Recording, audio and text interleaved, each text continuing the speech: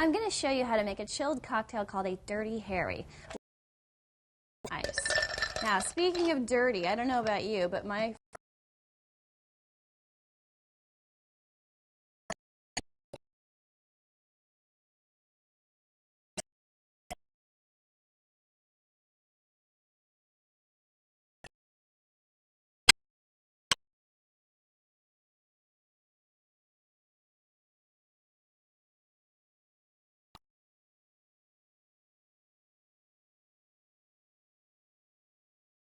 I'm going to add 1 ounce of Tia Maria, which is a really delicious coffee-based liqueur.